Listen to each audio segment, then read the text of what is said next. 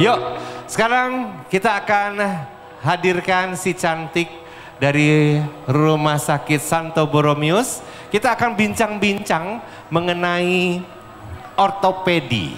Ya, saya izin memanggil si cantik, silahkan langsung aja.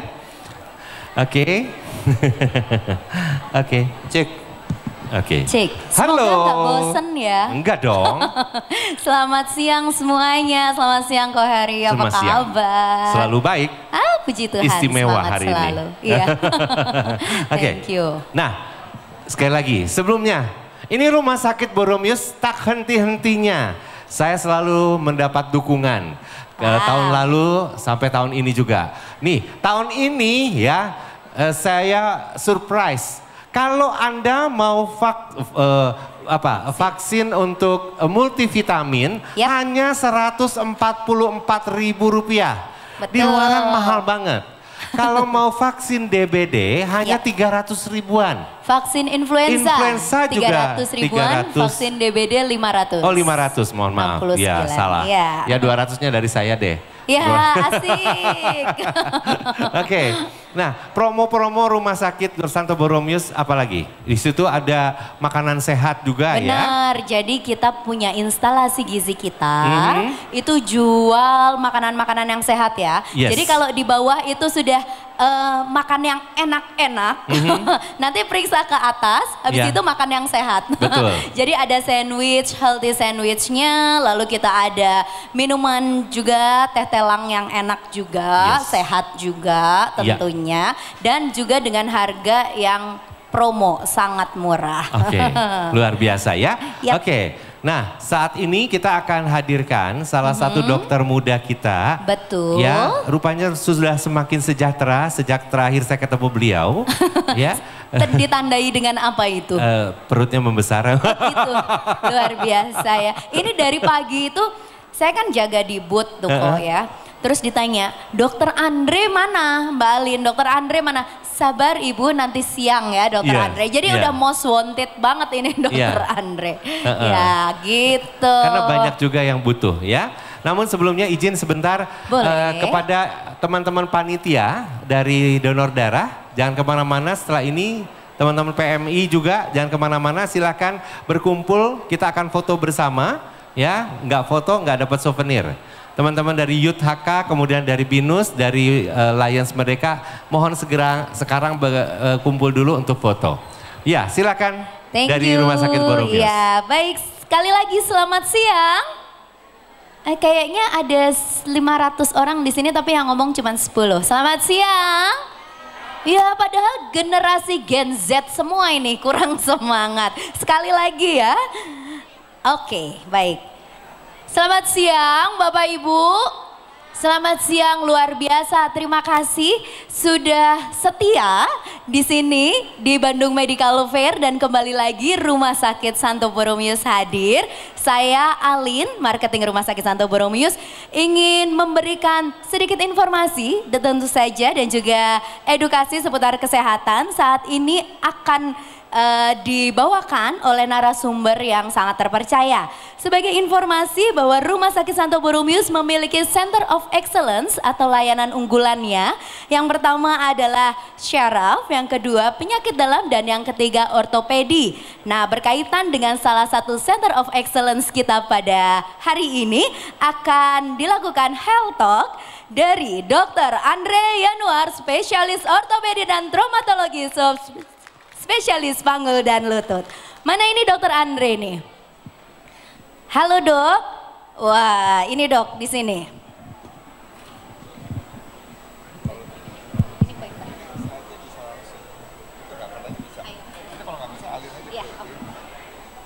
Iya, sip. Dokter halo, wawancara dulu atuh, udah nggak sabar. Halo. Sehat-sehat dok? Ya, sehat. Dok, kita mau ngobrolin apa hari ini? Tentang nyeri lutut. Nyeri lutut. Ya. Memang generasi Z saat ini banyak yang nyeri lutut sepertinya ya dok ya.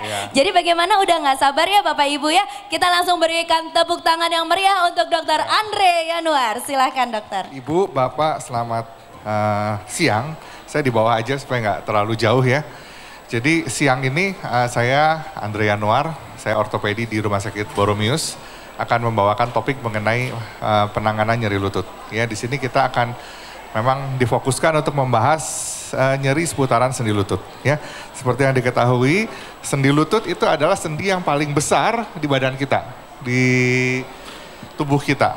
Ya, memungkinkan kita bisa bergerak, berjalan, beraktivitas itu karena kita punya lutut. Dan tentunya lutut kita harus sehat. Kalau lututnya sakit, untuk bergerak pasti susah, pasti males orang jadinya. Dan jadi kita nggak sehat lagi karena kita kurang olahraga, kurang bergerak karena lutut kita tidak sehat.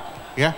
Dan salah satu jenis penyakit yang paling sering mengenai sendi lutut kita itu adalah pengapuran, orang bilang. Ya. Ini adalah foto dari lutut yang mengalami pengapuran atau disebut osteoartritis. Ya. Tulang rawan kita, kalau kita lihat gambar sebelumnya, itu harusnya dilapisi oleh sendi yang bagus seperti ini, yang masih harus mulus. Kayak kalau kita makan ayam tuh tulang yang warna putih yang bisa dimakan. Tapi karena satu dan lain hal, penyakit dipakai terus bertahun-tahun, berpuluh-puluh tahun, tulang rawan itu habis. Tulang rawan kalau udah habis udah kayak begini nih. Habis botak, tinggal sisa tulang kerasnya. Dan tentunya kalau sudah terjadi seperti ini, jalan jadi sakit, bergerak jadi sakit, bangkit dari duduk ke berdiri sakit, ya. Tidur juga kadang-kadang bisa nyut-nyutan. Oke. Nah, penyakit ini memang paling banyak dialami. Ya, penyakit lutut yang paling sering dialami itu adalah osteoartritis atau pengapuran ini. Ya, dan hampir semua orang nantinya akan mengalami, meskipun dengan derajat yang berbeda-beda. Ya, tidak sama derajatnya. Hampir semua bisa akan mengalami sakit di lutut. Ya, nah kita langsung masuk ke pengobatan. Terapinya seperti apa sih? Kalau mengalami osteoartritis atau pengapuran, apakah semuanya harus dioperasi? Tentu tidak. Apakah semua bisa selesai dengan suntik-suntik? Tentu tidak. Ya, apakah semua bisa selesai dengan obat-obatan saja? Tentu tidak. Semua itu tergantung derajat, semua itu tergantung masalahnya. Ya, jadi secara garis besar, terapi atau pengobatan osteoartritis itu dikelompokkan menjadi dua bagian besar, yaitu secara tidak usah dibedah atau secara pengobatan biasa, atau dengan cara pembedahan. Ya, secara garis besar dua itu. Yang non pembedahan itu pengobatannya dengan obat-obatan, ya, obat-obatan untuk mengurangi sakit, mengurangi radang, ya. Kemudian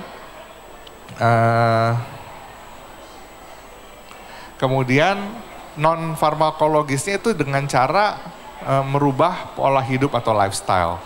Misalnya olahraga yang tadinya keras gitu ya, high impact dirubah jadi yang non high impact, ya. Kemudian kalau harus pembedahan, ya, itu juga derajat pengapurannya sudah tinggi, sudah besar, sudah lanjut dan tidak respon dengan obat-obatan, dengan suntikan, itu tentu harus dilanjutkan dengan ke terapi yang sifatnya adalah pembedahan. Ya, nah pembedahan ini sendiri macam-macam. Ada yang harus diganti total sendinya atau hanya cukup diganti sebagian. Ya, tidak usah total atau hanya diluruskan saja sendinya, tidak usah diganti. Jadi macam-macam teknik bedahnya atau teknik operasinya, ya. Nah, tujuan dari pengobatan osteoartritis atau pengapuran ini itu adalah mengontrol rasa nyeri atau mengurangi sakit, ya. Kemudian tentu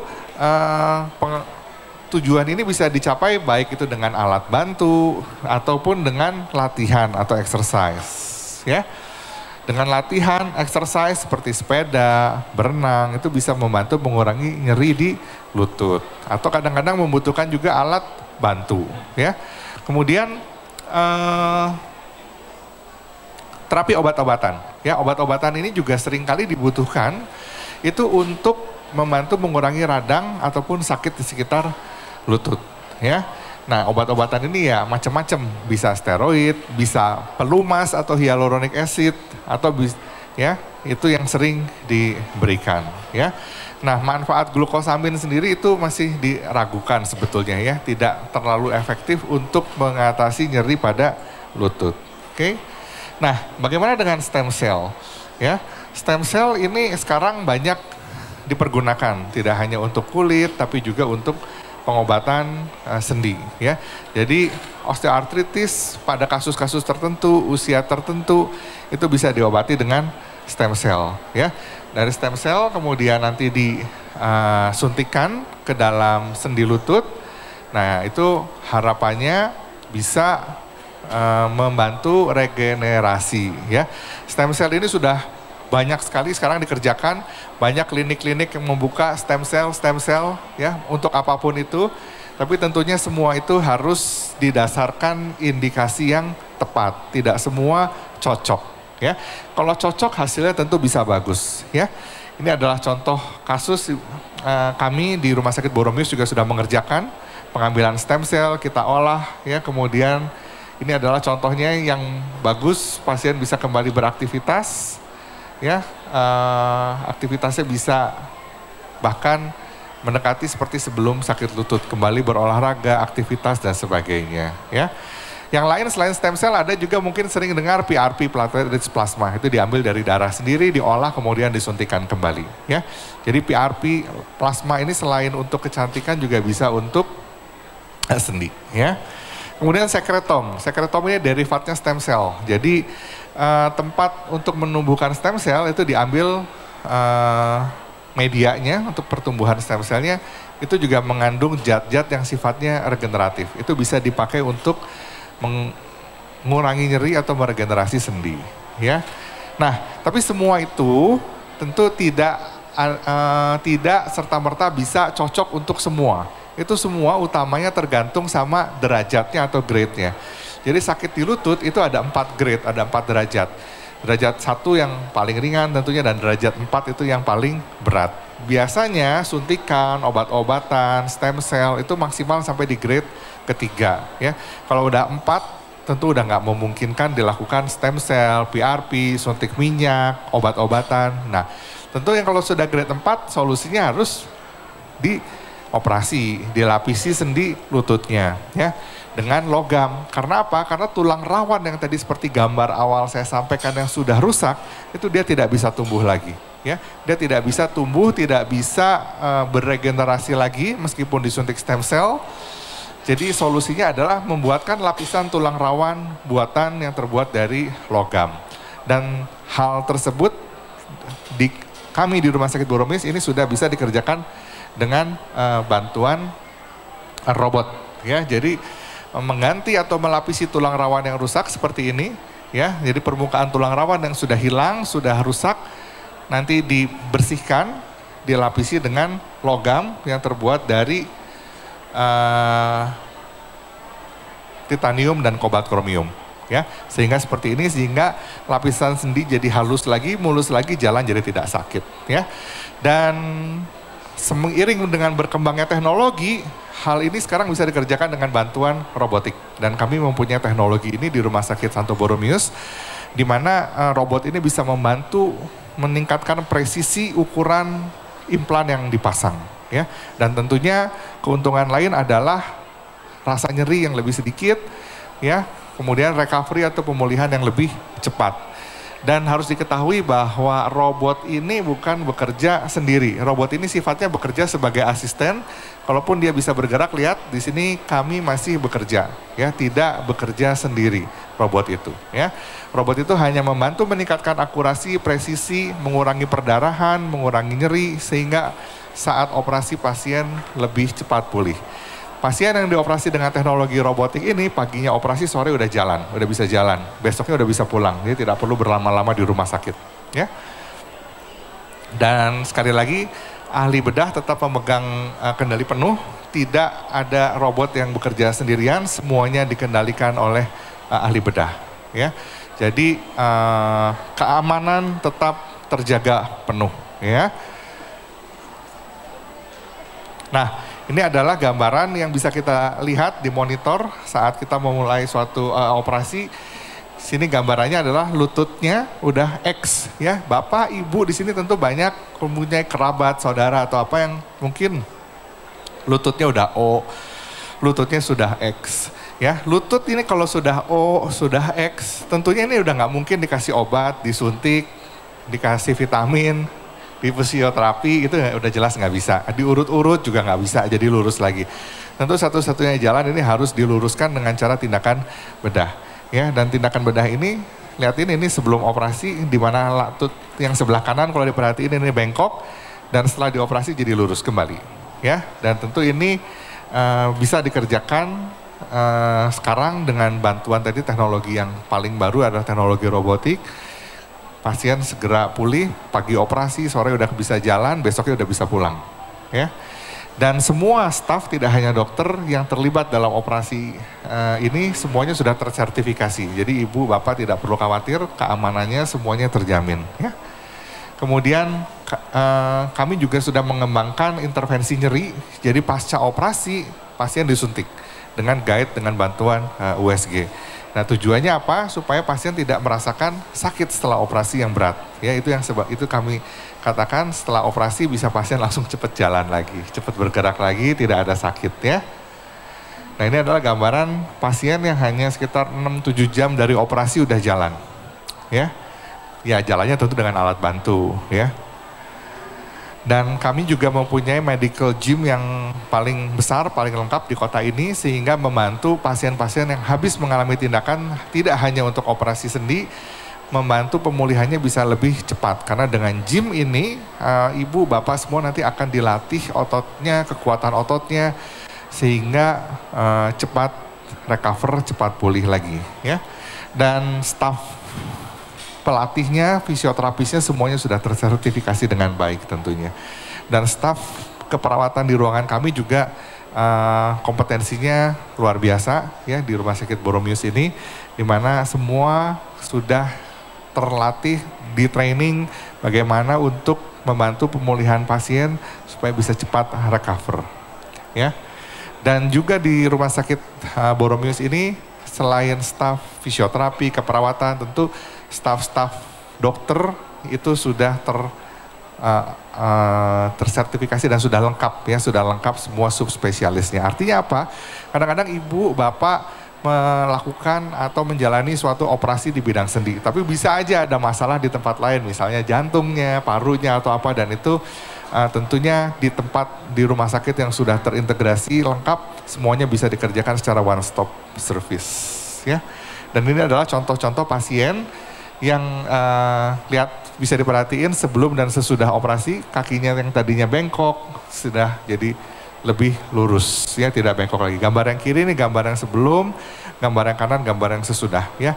Ini adalah contoh-contoh kasus yang tidak mungkin selesai dengan obat-obatan, dengan suntik-suntikan, dengan fisioterapi, dengan pijit-pijit, dengan macam-macam. Ini kasus-kasus yang udah bengkok dan sakit kayak gini tentu harus ada tindakan pembedahan ya.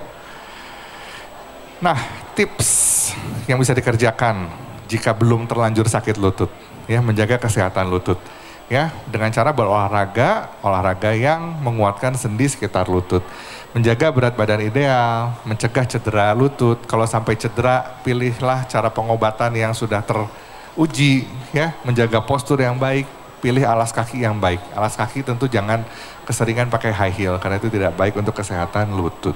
Oke, terima kasih. Saya serahkan ke Alin untuk membantu tanya jawab ya, sesi diskusi. Oke, terima kasih dokter. Boleh ke sini ya dokter ya, udah disiapin kursi. Ya sekali lagi boleh deh kita berikan tepuk tangan yang meriah untuk dokter Andre. Baik Bapak Ibu, saya rasa penjelasannya cukup ya. Mau nanya nggak usah ya, cukup ya. Oh langsung pada pengen nanya semua, tadinya nggak usah. Baik, kita akan buka sesi tanya jawab, jadi nanti kami akan memberikan goodie bag bagi 5 penanya yang beruntung. Dan di dalamnya selain ada hadiah, kita juga akan memberikan voucher free konsultasi dengan Dr. Andre. Kita kasih tepuk tangan dong yang luar biasa, tetap di Rumah Sakit Santo Boromius ya. Boleh dari sebelah kiri terlebih dahulu. Oke Ibu. Ada mic, izin ya. Baik, boleh dibantu disebutkan namanya ya Ibu? Nama saya Linda. Bu Linda, baik. Silahkan Bu. Dok mau nanya, kalau untuk operasi kayak gitu bisa pakai BPJS atau harus mandiri? Baik, itu saja pertanyaannya Bu? Iya sih. Oke, terima kasih pertanyaannya. Terima kasih Bu Linda. Ini pertanyaannya harusnya Alin yang jawab. Iya, Alin yang jawab nih, bukan Dokter Andre.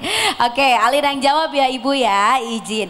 Baik, sejauh ini untuk BPJS kita memang belum bekerja sama, apalagi untuk yang robotik ya Bu ya. Tapi untuk Rumah Sakit Santo Borromeus kami sudah memfasilitasi bagi rekanan asuransi ataupun perusahaan yang sudah bekerja sama dengan Rumah Sakit Santo Borromeus untuk dapat menjaminkan operasi total knee replacement menggunakan robotik. Begitu. Terima kasih. Ada lagi pertanyaan Bu? Sudah cukup jelas? Baik. Boleh Bapak silahkan. Saya mau nanya kalau teknologi yang tadi itu bisa buat punggung bongkok juga nggak? Yang buat lansia ya? Gitu. Baik. Kalau memangnya bisa, itu efek sampingannya ke organ dalam seperti pencernaan sama ginjal gimana? Baik, terima kasih. Dengan Bapak siapa maaf? Dominik. Bapak Dominik. Ya, silakan dokter. Bapak Dominik, terima kasih pertanyaannya. Saat ini untuk teknologi robotik yang kami miliki di Rumah Sakit Borromeus baru untuk lutut. Ya, sebentar lagi bisa untuk panggul dan juga bahu, tapi untuk tulang punggung belum bisa. Oh, belum bisa? Ya. Oke, ya terima kasih. Terima kasih. Baik, Ibu silahkan. Ya, siang dokter. Saya mau bertanya lagi masalah saya OA grade 2. Nah, saya selama ini sih sudah jaga-jaga dengan perubahan pola hidup, fisioterapi juga sudah. Ya tapi tetap masih dalam suka sakit hilang gitu. Jadi lagian juga itu sangat gimana ya, sangat saya tuh pengen ada solusinya gitu. Kalau ini kan hanya perubahan pola hidup dan fisioterapi, tetapi tidak ada untuk menyembuhkan gitu.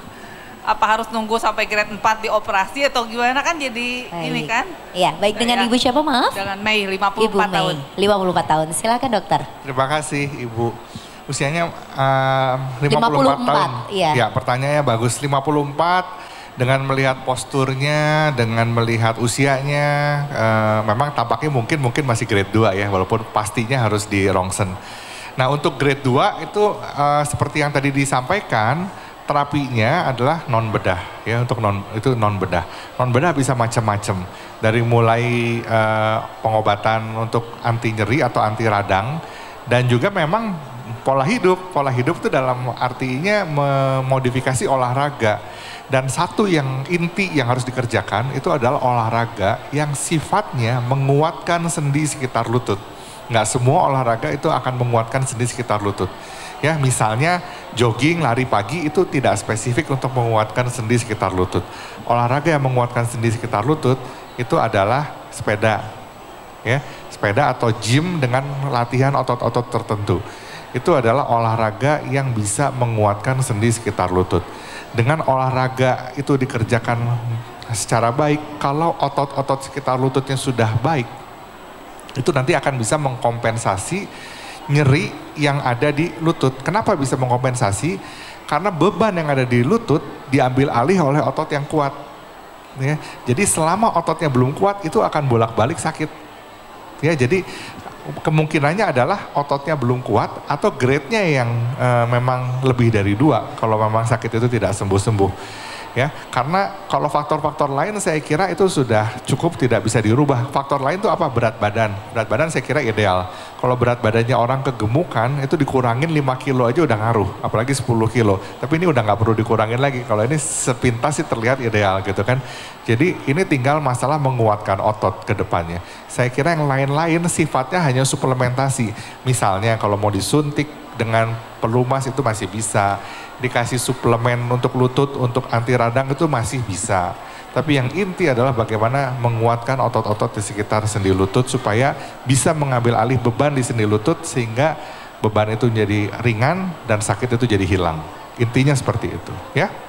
Baik, sudah cukup Bu Mei? Jadi dok, untuk apa suntikan itu disarankan atau lebih baik menguatkan otot aja? Dua-duanya bisa dikerjakan. Jika dengan penguatan, dengan obat biasa tidak ada respon, suntikan bisa dikerjakan. Ya, suntikan yang disarankan sifatnya itu yang pelumas atau mengandung hyaluronic acid tadi. Ya. Makasih dok. Baik. Ya, sama-sama. Terima kasih Bu Mei. Boleh yang Ibu tengah yang pakai jeans, jaket jeans, baik. Selamat siang dok, perkenalkan nama saya Jessie. Di sini saya mau menanyakan, ini kebetulan anak saya ada di sini. Dia 11 tahun dan dia atlet WUSU. Jadi saya pengen nanyain, kan kuda suka kalau lihat latihan, misalnya mau lomba nih, sering intensif banget kan untuk latihan fisik 2-3 jam. Dengan usia dia 11 tahun, kadang dia kalau gerakan WUSU tuh ada yang kayak kuda-kuda gitu loh. Nahan kan itu. Nah itu kan bebannya di lutut juga ya. Nah yang saya pengen tanyain untuk kan dia tingginya, Kimi berdiri dulu coba. Tingginya segini dong. Saya lihat teman-temannya tuh udah yang dua bongsor untuk umur segini. Dan yang mau saya tanyain untuk khawatir nggak sih untuk 11 tahun pertumbuhan tingginya satu, kedua kalau untuk disarankan kan biasa kalau yang atlet itu mereka ada beban yang maksudnya ada tambahan untuk power disuruh fitness. Nah udah mulai harus dia kan nanti takutnya kalau ada nambah beban itu ngaruh nggak sih untuk pertumbuhan tulangnya kalau misalnya di fitness kan alatnya berat-berat dengan usia dia segitu terus postur tubuhnya juga kecil gitu. Thank you dok. Ya makasih Baik, pertanyaannya. Terima kasih. Makasih pertanyaannya. Nomor 1 postur orang itu beda-beda. 11 tahun seperti ini saya kira baik-baik saja yang penting proporsional ya. Karena tinggi badan, postur, perawakan itu dipengaruhi oleh unsur-unsur genetik selain olahraga. Ya, dan olahraga yang tadi dikatakan latihan beban, latihan wusu itu tentu tidak akan berpengaruh terhadap fisik, misalnya jadi pendek atau apa tidak. Ya itu olahraga seperti itu justru bagus, kerjakan saja untuk kesehatan, untuk kekuatan sendi. Ya, selama tidak ada keluhan silahkan itu dikerjakan saja karena itu baik-baik saja untuk pertumbuhan dia, nggak usah khawatir, aman. Ya. Oke, makasih dan dok. bagus posturnya, ya, aman ya. Aman ya, berarti bukan berarti dia maksudnya lihat dengan teman-temannya, aduh pendek. Enggak, saya takutnya nanti. Gen setiap orang berbeda-beda. Ya. Alin juga kecil baik-baik aja. Makasih. Oke, makasih dok. Ini tinggi standar wanita Asia sebenarnya kalau Alin itu. Oke, mohon maaf karena waktunya terbatas jadi saya ambil dari paling ujung ada satu. Ibu kebetulan dari tadi kayaknya udah bertanya. Silakan iya Bu, mohon izin. Ya, selamat sore dok. Iya Ibu. Kalau saya tuh kan baru sakit-sakit dikit gitu ya. Kalau saya tahu kalau massa otot itu tiap tahun berkurang. Jadi apakah kita dengan olahraga beban ya memang dipantau. Jadi saya kan masuk member olahraga lansia. Apakah itu cukup untuk tabungan kita ke depan tanpa vitamin atau apa? Ya, makasih pertanyaannya. Massa otot dari tahun ke tahun cenderung menurun betul. Istilahnya itu sarkopenia. Itulah sebabnya kenapa semakin bertambah usia, jika masih memungkinkan harus tetap ada latihan beban untuk mempertahankan massa otot. Karena massa otot yang berkurang itu tentu akan menimbulkan masalah sendi. Ya, saya kira yang dikerjakan dilanjutkan saja dengan pengawasan, semuanya sudah baik. Masalah suplementasi. Nah suplementasi yang terkait dengan tulang dan sendi itu kan biasanya kalau nggak kalsium, vitamin D3. Kalsium dan vitamin D3, kalsium pertama itu memang kebutuhannya kalau udah di atas 60 atau sudah menopause itu 1500 mg per hari. Tetapi dengan ibu konsumsi makanan sehari-hari yang gizinya cukup, itu tuh rata-rata kalsium udah ada 1000 sampai 1500 sehingga tidak perlu suplementasi kalsium lagi. Yang sering kurang itu suplementasinya vitamin D3 ya. Vitamin D3 itu sering kurang karena orang memang cenderung jarang kena matahari dengan berbagai alasan ya. Nah, suplementasi vitamin D3 yang dianjurkan itu tidak terlalu berlebihan juga ya. 1000 mg per hari jika kadar vitamin D di dalam darah sudah lebih dari 30 itu sudah cukup. Tidak perlu 5.000, 10.000, 15.000 apalagi 100.000 itu tidak perlu karena makin tinggi vitamin D yang dikonsumsi jika tidak perlu itu malah bisa mengacaukan sistem imun dan bikin autoimun. Jadi tidak perlu terlalu berlebihan. Makanan kalau sudah cukup vitamin D aja, kalsium kalau dirasa makanan masih kurang silakan. Itu jawabannya, terima kasih. Ya. Kalau saya karena ada autoimun, vitamin D itu kurang di bawah 20.000. Vitamin D itu 30 normalnya. Ya, saya di bawah 20. Ya, kalau di bawah 20 silakan konsumsi sampai 5.000, 10.000 silakan sampai mencapai kadar 30. Sip. Ya. Oke, baik. Terima kasih. Ini saya tadi dibisikin, boleh satu lagi Bapak? Ya. Ya. Siang dokter, saya mau tanya, kalau olahraga naik tangga, turun tangga itu bisa kuat otot nggak? Ya, pertanyaannya bagus ya. Naik turun tangga bisa kuat otot, betul. Selama nggak sakit kerjakan itu. Ya, jangan berpikir kalau naik turun tangga nanti cepat aus lututnya, enggak, justru kuat lututnya ya. Selama nggak sakit, kalau lagi sakit ya tentunya jangan ya. Jangan, Okay. baik. Ya. Dokter, tadi itu kan ngobrol-ngobrol terkait dengan Rosa ya dok ya. Nah, boleh tahu nggak sih sebenarnya keunggulan dari Rosa itu apa sih dok? Ya, Rosa ini adalah singkatan dari Robotic Surgical Assistant. Jadi robot yang bisa membantu memposisikan implan yang akan dipasang di lutut dengan posisi yang lebih akurat. Oke. Dengan implan dipasang pada posisi yang lebih akurat, satu dia lebih nyaman, gerakan yang dihasilkan nanti lebih natural, yang terakhir tentu lebih tahan lama implannya. Tidak mudah aus, tidak mudah geser, tidak mudah lepas lagi. Nah, selain keuntungan dari segi implannya adalah dari segi nyeri operasinya. Nyeri operasi tentu akan jauh lebih sedikit dengan teknologi robotik karena potongan-potongan di dalam itu lebih sedikit dan perdarahan jadi lebih sedikit juga. Lebih sedikit, dengan baik. potongan lebih sedikit, perdarahan lebih sedikit, tentunya nyeri lebih sedikit. Dengan nyeri yang lebih sedikit tentunya recovery lebih cepat. Itu sih keuntungannya. Nah, ya. tadi kan sempat disinggung juga masalah implan. Nah, kalau implan menggunakan Rosa ini, apakah ada implan khusus ataukah semua bisa masuk gitu dok? Ya. Rosa ini didesain untuk implan khusus ya. Jadi nama implannya itu Zimmer Biomet ya. Jadi Zimmer Biomet. Ya, jadi implan itu adalah implan yang dibuat di Amerika ya dan sudah dipersonalisasi untuk semua ras ya, tidak hanya untuk ras Amerika saja. Jadi orang pasien yang sangat kecil-kecil pun nggak ada masalah bisa fitting dengan implan seperti ini. Oh, itu berarti implan yang terbaik ya dok? Ya. Dan ini secara statistik di seluruh dunia kalau ngecek di internet ya, itu ini adalah implan yang paling banyak digunakan di seluruh dunia. Ya, jadi artinya mau di Amerika, di Taiwan, di Singapura, di Hong Kong, itu jenis implan yang paling banyak dipilih oleh dokter ortopedi. Iya, dan cocoknya cuma di Rosa ya dok ya? Hanya di Rosa, nggak bisa di yang lain. Dan hanya Rumah Sakit Santo Borromeus yang punya itu ya. Kita berikan tepuk tangan sekali lagi yang luar biasa untuk Borromeus. Baik, Ko Heri ada yang mau ditanyakan? Kayaknya dari tadi tuh mau nanya, cuman malu-malu, nggak tahu malu-malu, nggak tahu takut. Enggak, saya tuh sebetulnya iri. Kenapa? Iri loh sebetulnya sama Dokter Andre.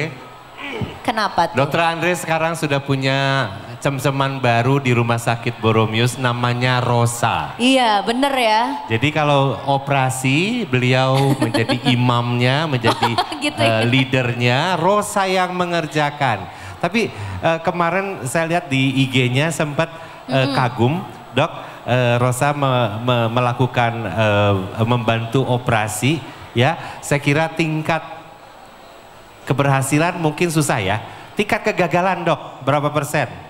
Sejauh ini belum, jangan. Tidak, nol. Iya, karena Rosa itu adalah robot ya, gitu. Jadi sebetulnya akan bisa 100% pada saat dia mengerjakan sesuai dengan tepat yang dilakukan. Lain halnya kalau dokter Andre mengerjakannya sendiri, udah berapa pasien yang harus dilakukan, capek dong secara manusia. Kemungkinan kepleset juga mungkin kan, gitu. Tapi sekarang dokter Andre punya Rosa. Tapi saya bangga loh, Rumah Sakit Borromeus ya penuh dengan inovasi. Amin. Oke. Harus selalu penuh dengan inovasi supaya bisa melayani masyarakat di layanan kesehatannya lebih optimal, lebih maksimal. Kita udah 103 tahun jadi inovasi-inovasi terbaru juga memang harus dilakukan. Yes, asik. Gitu. Thank you. Terima kasih Ko Hari. Ada lagi yang mau disampaikan Dokter Andre sebagai closing statement? Ya, sebagai closing statement banyak memang modalitas untuk terapi nyeri sendi termasuk nyeri lutut ya. Tadi mungkin ibu bapak sudah mendengarkan paparan hari ini gitu ya oleh banyak narasumber dengan berbagai macam latar belakang dan tentu memilih terapi yang paling pas itu kadang-kadang juga tidak terlalu mudah. Betul. Jadi tadi saya sampaikan untuk sakit lutut aja tuh pengobatannya macam-macam, mulai dari obat, suplemen, suntikan, stem cell, PRP, sekretom, eksosom, operasi. Nah ini mana yang paling cocok. Jadi kadang-kadang kayak gini harus didiskusikan dengan baik dengan yang ahlinya supaya bisa mendapatkan keuntungan atau manfaat paling besar bagi ibu bapak sekalian. Itu aja sih. Oke. Dokter Andre terima kasih banyak. Sehat selalu. Ke hari aku mau ngasih hadiah dong buat penanya tadi. Boleh maju ke depan yang bertanya. Yang tadi bertanya boleh maju ke depan. Yuk yang tadi bertanya. Oke, Dokter Andre tetap di sini dulu dok sebentar. Oke. Iya, boleh dibantu silakan Bu, Bapak. Untuk maju ke depan 6 orang, iya. Silakan Pak. Naik ke atas. Ibu yang jaket. Langsung mau dites sama Dokter Andre bisa naik tangga apa kagak gitu ya. Iya. Boleh silakan. Oke. Jadi nanti boleh kunjungi boothnya Santo Borromeus, Rumah Sakit Santo Borromeus ya. Agak ke tengah. Thank you. Iya, dokter ya. Oke, dapat apa nih? Tentunya dapat souvenir dari Rumah Sakit Santo Borromeus yang hari ini boothnya luar biasa. Kalau mau vaksin DBD bisa, harga spesial sekitar 500 ribuan. Kemudian vaksin influenza 300 ribuan. Kemudian vaksin multivitamin ada sekitar 140 ribu. Ya, murah banget. Selain itu juga ada makanan sehat bisa dilakukan di sini. Ya. Oke, terima kasih untuk penerima hadiah boleh turun. Dokter Andre, Dokter Andre tetap tinggal. Terima kasih. Oke, kami mohon panitia Bapak Dedi silakan untuk memberikan kenang-kenangan kepada Dokter Andre mewakili Rumah Sakit Santo Borromeus. Ditemenin oleh Mbak Alin. Oh iya, silakan Dok. Jari tengah dan kelingking. Oh ini jempol kalau gitu. Iya bener, aku kalau sebelah Dokter Andre tuh suka nggak pede. Aku harus pakai hak berapa senti. Oke. Oke, ditemenin aja Mbak E.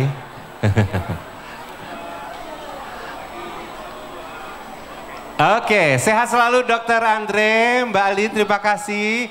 Nanti kita ke sana ya, saya ke sana ya. Oke, boleh tepuk tangan dulu Rumah Sakit Santo Borromeus. Oke.